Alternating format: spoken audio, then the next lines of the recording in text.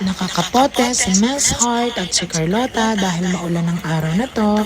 Di lang sure ni Miss Heart kung may bagyo pero tuloy pa rin ang paghahanap buhay ng mga bakla.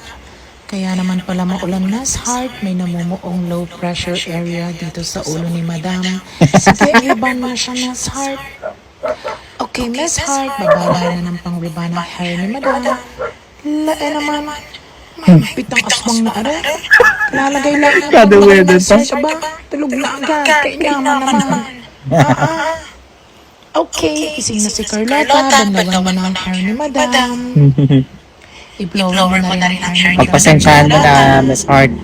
Siyempre, plansyahin na natin ang hair ni Madam.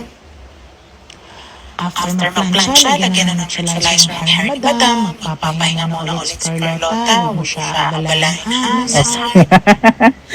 Aba, nga pala, kain na tayo, Carlota. Gutom na si Miss Oo nga pala.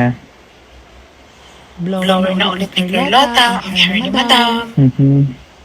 Plansya na ulit tayong bakla. Wow! Wow! Maganda na ulit ang panahon. Naglao na ang bagyo, Miss Heart. Salamat, Miss Heart.